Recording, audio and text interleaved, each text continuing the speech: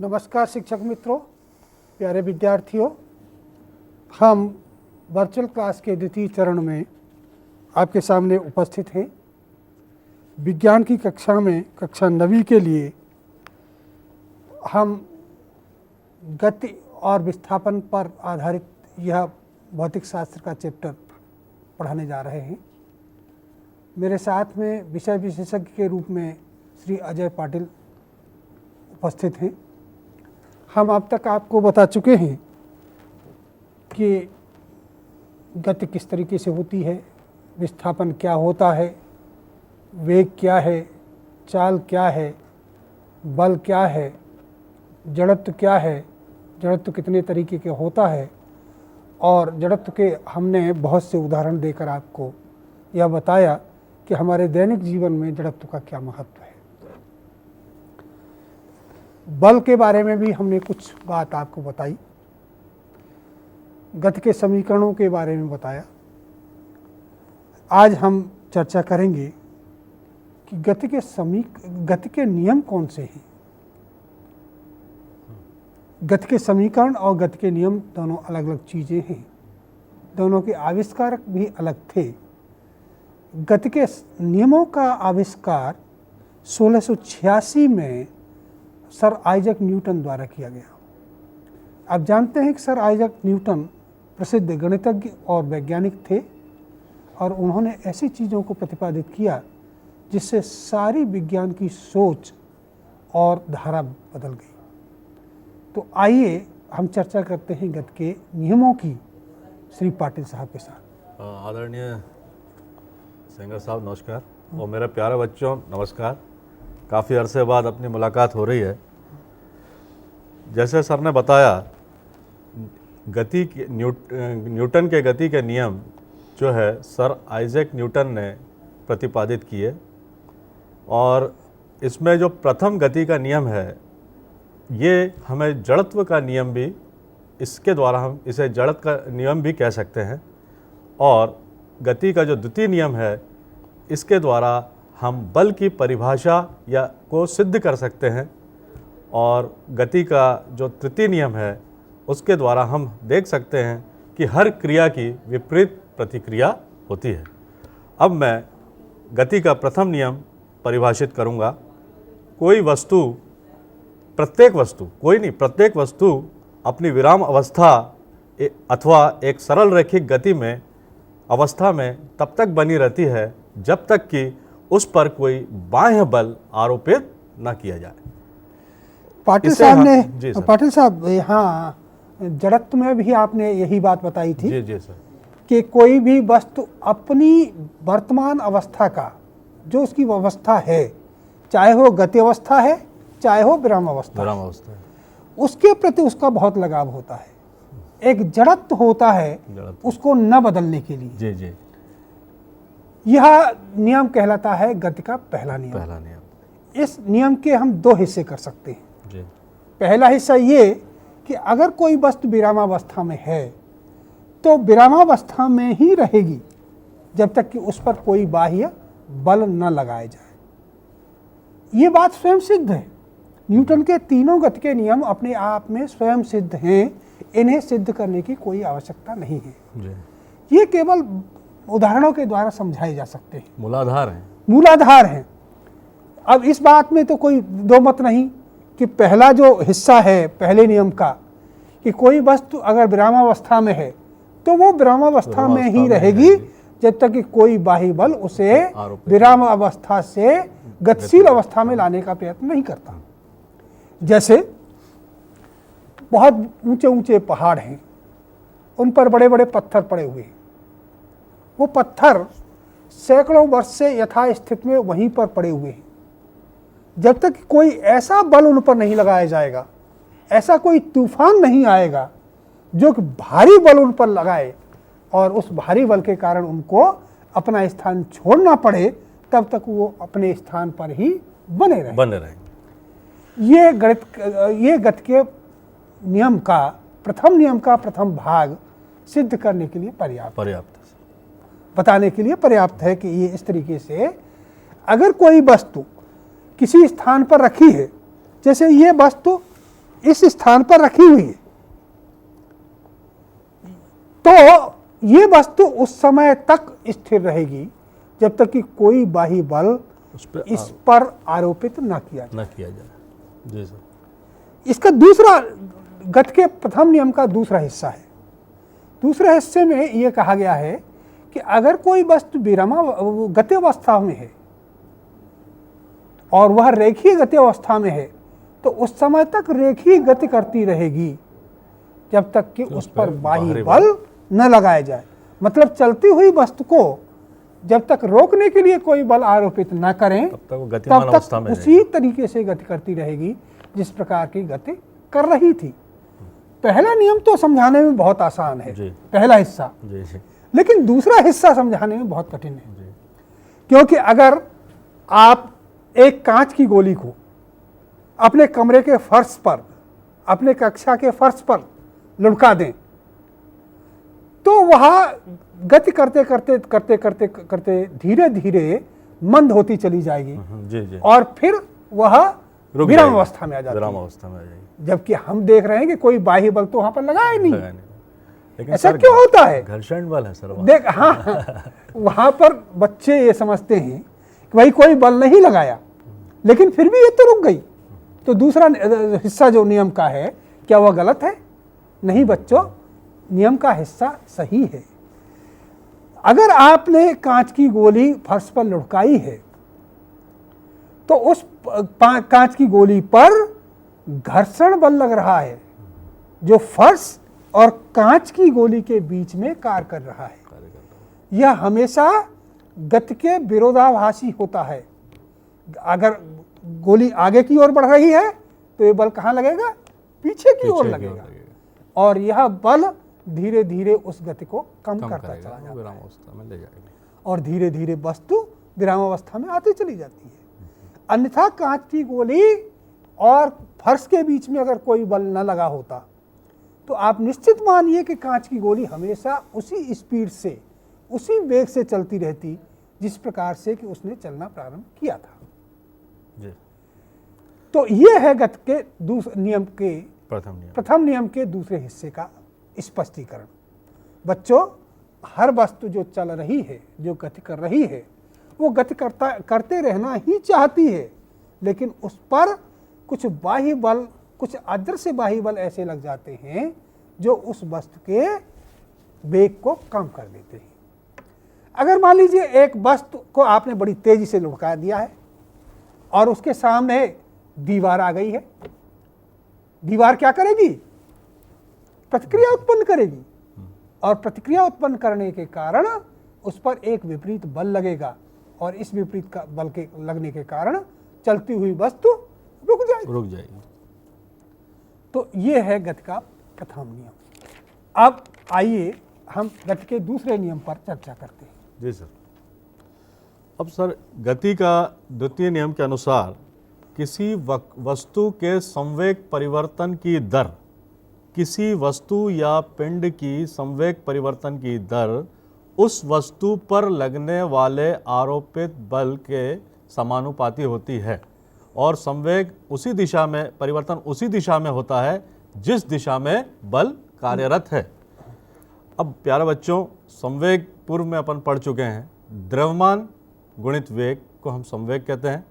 मान लीजिए कोई m द्रव्यमान का पिंड है जो कि प्रारंभ में प्रारंभिक वेग u से गतिमान है, और t समय के अंतराल के बाद उसके ऊपर हम एक F बल आरोपित करते हैं, तो उसका दूसरा संवेग mv हो जाता है, जिसमें v उसका अंतिम वेग होगा, और संवेग परिवर्तन हमारा जो होगा वो mv माइनस mu होगा, और संवेग परिवर्तन की दर mv माइनस mu बटे t होगी। तो हम इसको प्यारे बच्चों इस प्रकार लिख सकते हैं। हाँ बच्चों, देखिए अभी पाटिल साहब आपको बता रहे हैं। मान लीजिए एक m ग्राम की वस्तु है, द्रव्यमान की, उसका द्रव्यमान m है और उसका प्रारंभिक वेग u है। t सेकंड पश्चात उसका वेग v हो जाता है, बदल जाता है। तो वेग का परिवर्तन कितना हो गया? u से v तक। v हो गया। Very good. परिवर्तन कितना हुआ, v माइनस यू यू अंतर। टी सेकंड में।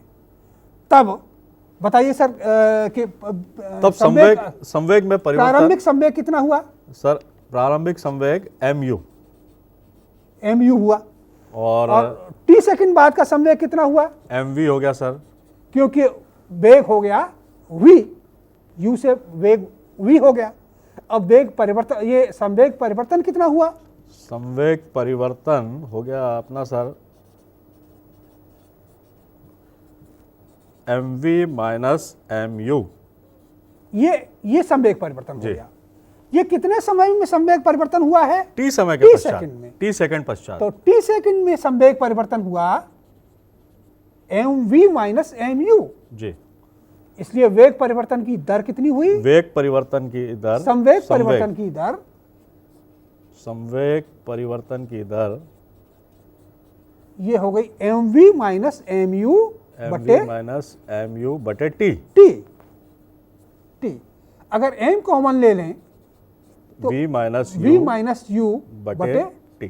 टी। अब आप जानते हैं, आपको गति के समीकरण बताए थे, v बराबर कितने के, u प्लस at। at। जी तो v की जगह पर u प्लस at लिख दीजिए, जी लिखिए उस पर v। सर, इसको अपन डायरेक्ट त्वरण का रूप ले लें। नहीं, वो उसको लिख के बता दीजिए, m की जगह पर हाँ, देखिए गति का प्रथम समीकरण जो था प्यारे बच्चों, आप पहले पढ़ चुके हैं, v बराबर u प्लस ए टी। इसमें v minus U equals to A T, या a बराबर v माइनस यू बटे टी।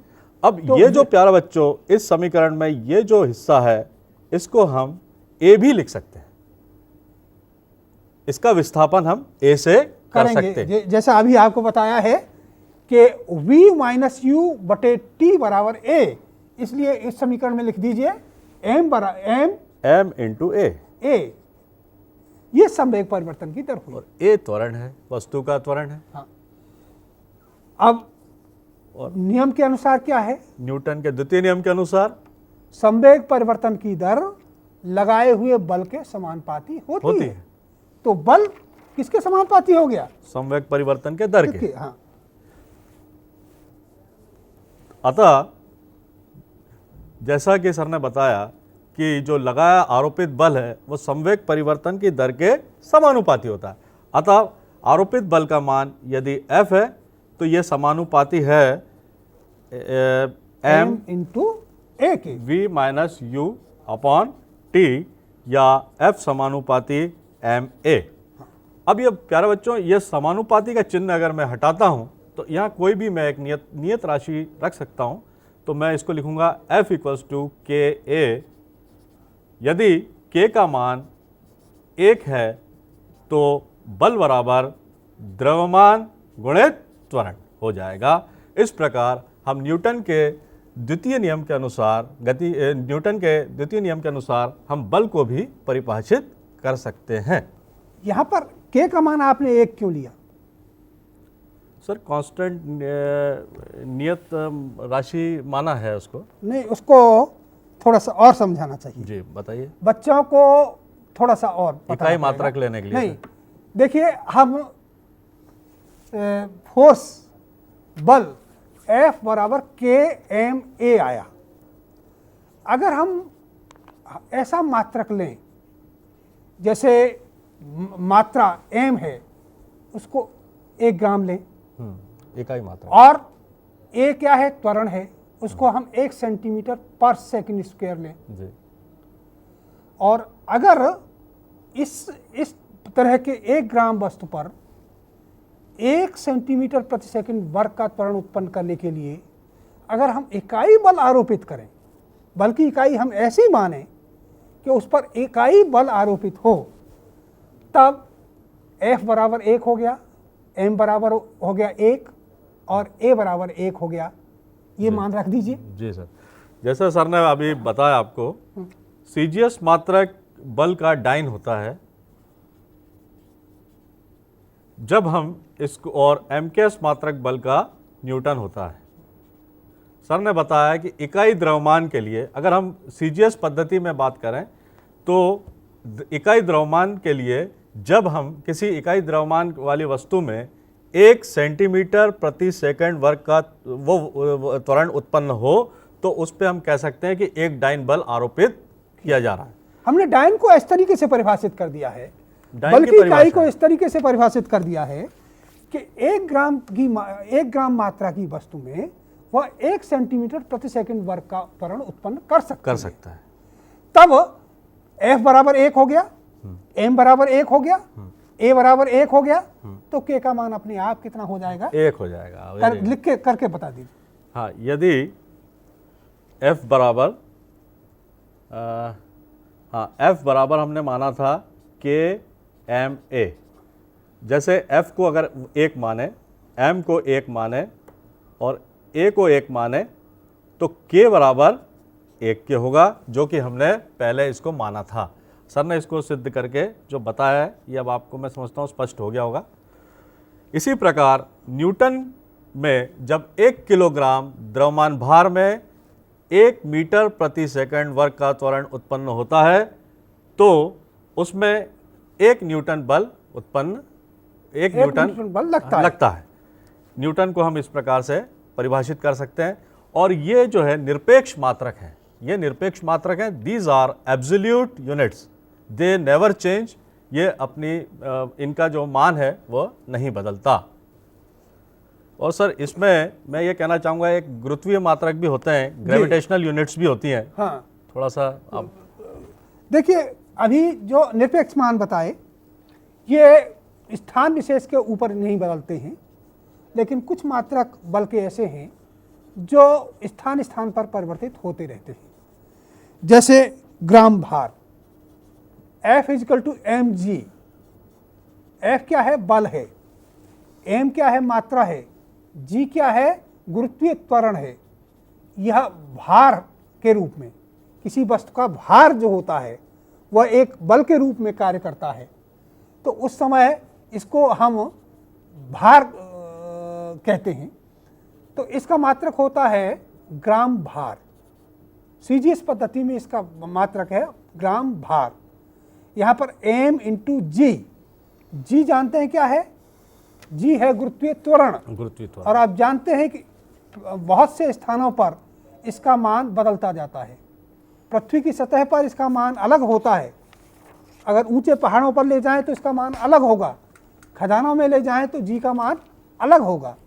इसलिए चूंकि जी का मान बदलता रहेगा, इसलिए उस समय पर ग्राम भार का मान भी बदलता रहेगा। इसलिए यह परिवर्तित मात्रक कहलाता है। अब आगे चलें। तीसरा नियम, गति का तीसरा नियम। सर, तीसरा नियम बताइए। प्रत्येक क्रिया परिणाम में तुल्य किंतु दिशा में विपरीत प्रतिक्रिया उत्पन्न करती है। प्रत्येक क्रिया परिणाम में तुल्य परंतु दिशा में विपरीत प्रतिक्रिया उत्पन्न करती है। इसको इंग्लिश में हम कह सकते हैं to every action there is an equal and opposite reaction.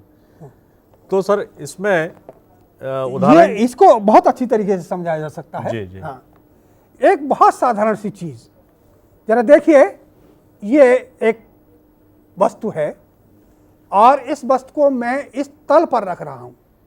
Camera please लाइए यहां तक। ये तल पर मैंने रख दिया। यहां पर इस वस्तु का भार कार्य कर रहा है। वस्तु का भार हमेशा किस तरफ काम करता है? पृथ्वी के गुरुत्वाकर्षण केंद्र की ओर, अर्थात नीचे की ओर। इस वस्तु का भार नीचे की ओर काम कर रहा है। अगर इसका वस्तु का भार नीचे की ओर काम कर रहा है तो ये नीचे ही क्यों नहीं चली जाती? यहां रुक क्यों गई? रुक इसलिए गई कि इस तल से जब इसकी क्रिया हुई तो तल ने क्रिया के विपरीत प्रतिक्रिया उत्पन्न की। ये मात्रा में कैसी है? क्रिया के बिल्कुल ठीक बराबर है, लेकिन दिशा में विपरीत है। अर्थात इस वस्तु का भार नीचे की ओर काम कर रहा है और इस तल की प्रतिक्रिया ऊपर की ओर काम कर रही है। संतुलन के वस्तु दोनों एक दूसरे को संतुलित किए हुए हैं, दोनों बराबर हैं, विपरीत हैं। इसलिए एक दूसरे को संतुलित किए हुए हैं और ये वस्तु यहाँ पर स्थित है। अगर मान लीजिए मैं इस वस्तु की जगह पर इसका भार बढ़ाता चला जाऊं तो क्या होगा, इस तल की प्रतिक्रिया भी बढ़ती चली जाएगी। बहुत बड़ा पत्थर मैंने यहां पर लाकर रख दिया, उसके भार के बराबर यह तल प्रतिक्रिया करेगा, लेकिन इस तल की प्रतिक्रिया करने की भी एक सीमा है। अगर मान लीजिए मैंने एक पहाड़ उठाकर इस तल के ऊपर रख दिया, तब यह तल उतनी प्रतिक्रिया उत्पन्न नहीं कर पाएगा और तल उस भार के कारण टूट जाएगा। अगर ये जैसे लकड़ी का तल है, इसकी जगह पर अगर मैं मोम का तल बना के लेता और मोम का तल बनाकर लेता तो उसमें छोटी छोटी हल्की हल्की वस्तुएं उसके ऊपर रखता, तब तक तो वो उसके बराबर प्रतिक्रिया उत्पन्न करता जाता। लेकिन जैसे ही मैं उसकी प्रतिक्रिया की सीमा से अधिक बल उस पर रख देता, तत्काल तल टूट जाता। तो इससे ये सिद्ध होता है कि प्रत्येक क्रिया के विपरीत और परिमाण में समान प्रतिक्रिया उत्पन्न होती है। इस चीज को आप और तरीके से भी समझ सकते हैं। कुएं से आप पानी खींचते हैं, बाल्टी में पानी भरा होता है, रस्सी बाल्टी से बंधी होती है, ऊपर से आप रस्सी को खींचते हैं,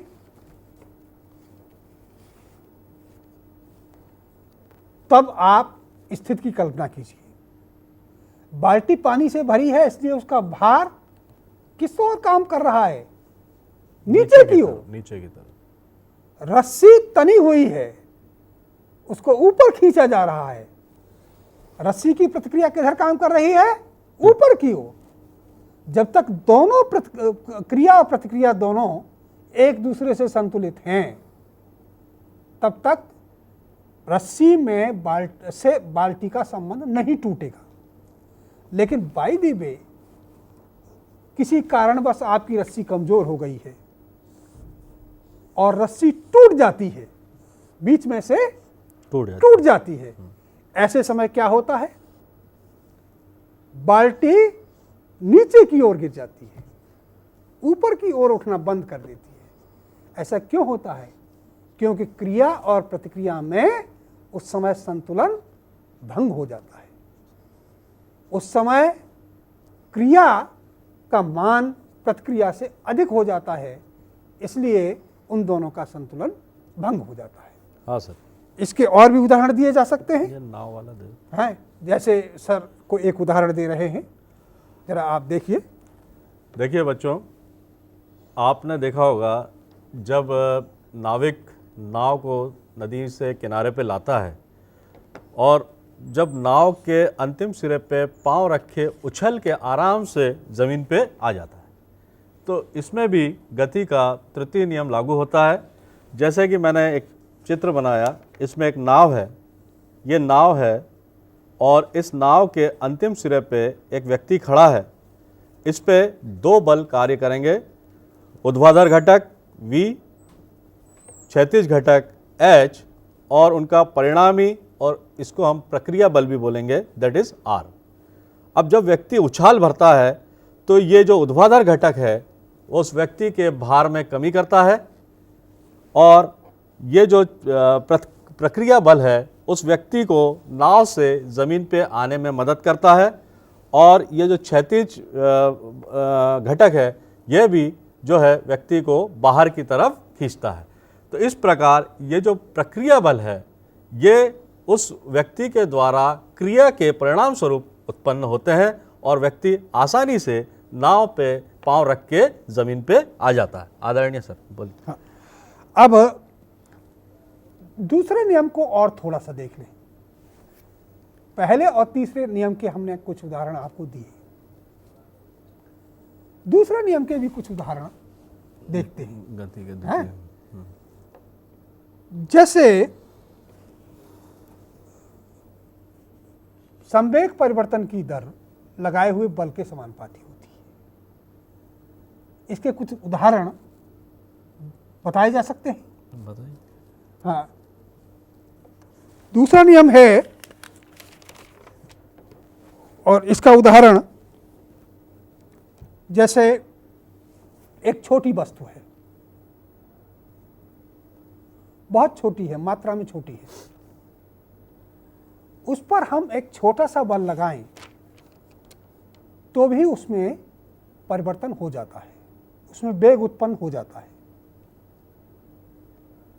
लेकिन अगर एक बड़ी वस्तु है और उस पर हम छोटा सा बल लगाएं तो उसमें कोई परिवर्तन नहीं होता। क्यों नहीं होता?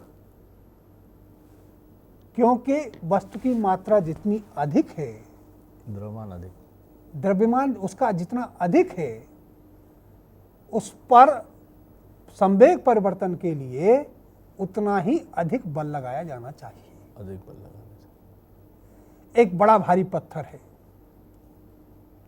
एक छोटा बच्चा उसे उठाना चाहता है, उससे वो नहीं उठता। क्यों? क्योंकि वह उतना अधिक बल उस पर आरोपित नहीं कर पा रहा है। नहीं कर पा रहा।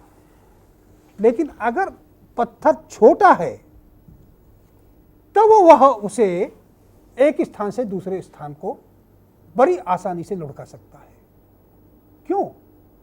क्योंकि उसके द्वारा आरोपित बल कम है, इसलिए कम मात्रा के पत्थर को वह लुढ़का सकता है। लेकिन बड़ी मात्रा के पत्थर को लुढ़काने के लिए जितने अधिक बल की आवश्यकता होती है उतना बल वह आरोपित नहीं कर पाता है। इसीलिए ऐसा होता है कि वह उस बड़े पत्थर को नहीं हटा पाता। इसी तरीके से आप और भी उदाहरण दे सकते हैं। जैसे बंदूक की गोली है, बंदूक सरकने के बाद हैं, बंदूक की गोली है। अगर उस गोली को आप हाथ में लेकर और किसी मनुष्य में मारना चाहें तो मनुष्य को आघात तो करेगी, लेकिन उतना कष्ट नहीं पहुंचा पाएगी, उतनी अधिक उसको घायल नहीं कर पाएगी जितनी कि बंदूक से छोड़ी जाने पर घायल करती है। क्यों? क्योंकि बंदूक से निकली हुई गोली का वेग बहुत अधिक होता है। मात्रा कम होती है लेकिन वेग बहुत अधिक होता है। दोनों का गुणनफल बहुत अधिक हो जाता है और यहाँ पर संवेग का परिवर्तन बहुत अधिक हो जाता है, जिससे वह बहुत अधिक बल उत्सर्जित करती है और मनुष्य के शरीर पर जब आघात करती है तो यह मनुष्य के शरीर में बहुत गहराई तक घुस जाती है। लेकिन अगर इसी गोली से को आप हाथ में लेकर मारेंगे तो चूंकि हाथ से इतना अधिक वेग उत्पन्न नहीं होगा, गोली की मात्रा भी कम है, वेग भी कम होगा, ऐसे समय में बल की मात्रा भी कम होगी और बल की मात्रा कम होने से उसका आघात भी कम होगा। तो प्यारे बच्चों, इस तरीके से हमने गति के तीनों समीकरणों के आपको कुछ उदाहरण बताए। दैनिक जीवन में काम आने वाले ये उदाहरण हैं। इसी तरीके के बहुत से उदाहरण आपके पुस्तक में दिए हुए हैं जिन्हें आप पढ़कर समझ सकते हैं। अगर समझने में कुछ दिक्कत हो तो आप अपने गुरुजी से संपर्क कीजिए, और अगर कोई ऐसी बात आपको लग रही हो कि आपके स्थानीय तौर पर इस समस्या का समाधान नहीं हो रहा है तो कृपया यहाँ लिख भेजिए, हम आपकी शंका का समाधान करने का प्रयास करेंगे। अब सर, इसके बाद रह जाता है आवेग। जरा अब आप आवेग को और बच्चों को समझा दीजिए। हाँ सर। प्यारे बच्चों, देखिए, ये जो भौतिक राशियां हैं, संवेग, आवेग, इनकी परिभाषा आपको एकदम स्पष्ट रूप से दिमाग में बैठनी चाहिए। कन्फ्यूज़न बिल्कुल नहीं होना चाहिए।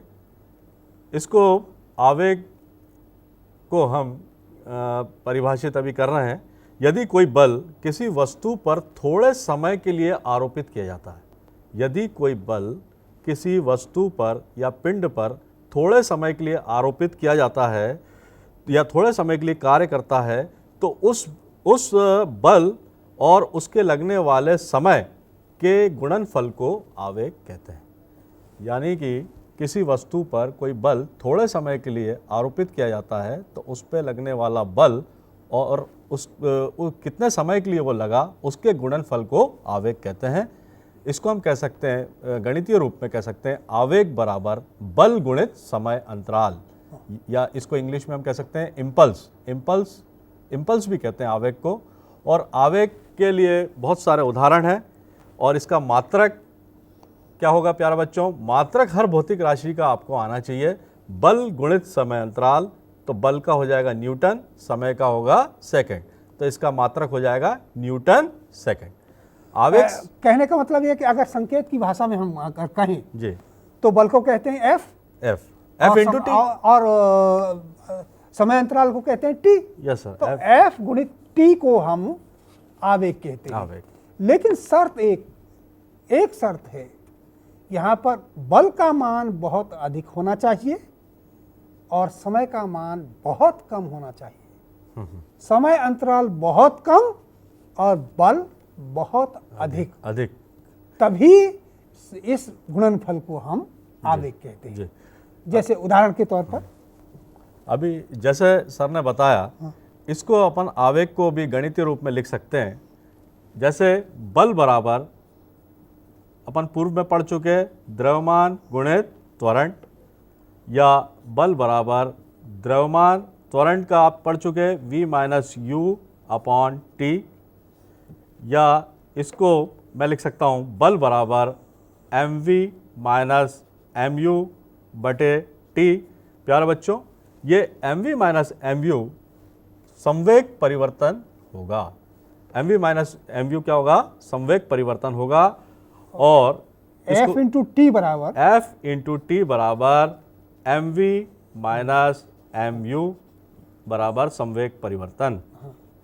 और यही क्या कहलाता है? आपका आवेग कहलाता है। आवेग उदाहरण देकर हम बता देते हैं आपको। यही बेटा आवेग कहलाता है जी। यानी कि प्यारे बच्चों, हम संवेग परिवर्तन को भी आवेग कह सकते हैं। अब आप देखिए, एक कील है, कील समझते हैं ना, लोहे की या की कील, और उसको हमें किसी भी तल में घुसाना है, ठोकना है, तब हम क्या करते हैं? हथौड़ा मारते हैं। उस कील की ऊपर के सिरे पर, शीर्ष पर हथौड़े से ठोकते हैं, और हथौड़ा जोर से ऊपर ले जाकर और बहुत तेजी से उसमें मारते हैं।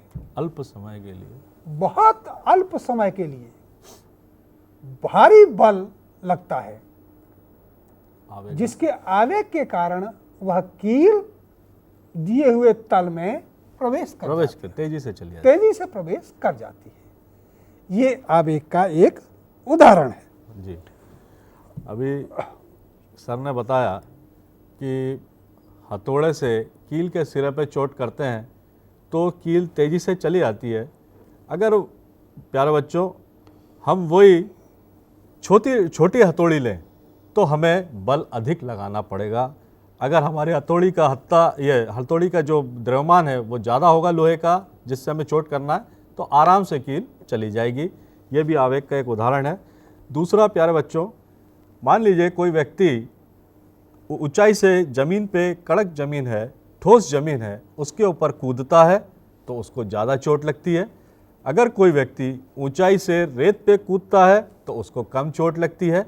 यह भी एक आवेग का उदाहरण है, क्योंकि जैसे ही वह व्यक्ति कूदता है तो जो समय अंतराल है ठोस वस्तु के ऊपर, वो समय अंतराल कम होता है और उसको एकदम से बल अधिक लगेगा और उसको चोट अधिक लगेगी। जबकि अगर रेत में कूदेगा तो वो थोड़ा धंसता चला जाएगा, जिससे समय अंतराल बढ़ जाएगा और व्यक्ति को चोट कम लगेगी। इसी प्रकार क्रिकेट की गेंद कैच करते समय खिलाड़ी अपने हाथों को पीछे की तरफ ले लेता है। पीछे की तरफ लेने से जो समय अंतराल है वो बढ़ जाता है और जो चोट लगने की संभावना है वो कम हो जाती है। और भी उदाहरण दे सकते हैं, जैसे गाड़ियों गाड़ियों में, जो मोटरसाइकिल वगैरह में जो सॉकअप लगे होते हैं वो सॉकअप जो है ना जर्क को एब्जॉर्ब कर लेते हैं। जी या आपका सर्कस के मैदान में जब खिलाड़ी अपने कर्तव्य दिखा रहे होते हैं तो मैदान में गद्दे बिछा दिए जाते हैं जी या जाली तान दी जाती है। जी ये जाली तानना या गद्दे बिछाना ये क्यों किया जाता है? जिससे कि अगर बाई दी वे कोई खिलाड़ी त्रुटिवश गिर पड़े तो गिरने पर उसे कठोर धरातल का सामना न करना पड़े। आपको जैसा सर ने बताया कि कठोर धरातल पर आघात लगते समय तत्काल आघात लगता है, लेकिन अगर जाली पर कोई आदमी गिरता है तो जाली चूंकि नीचे की ओर धंस जाती है, इसलिए समय अंतराल बढ़ जाता है और आघात कम लगता है। इसी तरीके से रबर के या फोम के गद्दे बिछा दिए जाएं तो भी आघात कम लगता है, क्योंकि ऐसे समय में समय अंतराल बढ़ जाता है। और समय मान लीजिए कोई क्रिकेट खिलाड़ी है, वो गेंद को जब बल्ले से हिट करता है तो चूंकि बल्ले का द्रव्यमान अधिक है तो गेंद तेज़ी से, चूंकि आवेग का मान बहुत अधिक हो जाता है तो गेंद बहुत तेज़ी से बाउंड्री की तरफ चली जाती है। तो यहाँ पे समय अंतराल कम है लेकिन आवेग का मान अधिक है। तो इस प्रकार प्यारे बच्चों, आवेग संबंधी आपने विभिन्न उदाहरण किए और इससे संबंधित संख्यात्मक प्रश्न भी आप कर लेंगे। और अब चूंकि समय की सीमा है, हमारा समय समाप्त हो रहा है। आज बच्चों हमने गति के तीनों नियम बताए आपको, तीनों नियमों के कुछ उदाहरण बताए। उदाहरण हमने ऐसे लेने की कोशिश की जो आपके दैनिक जीवन से संबंधित हों।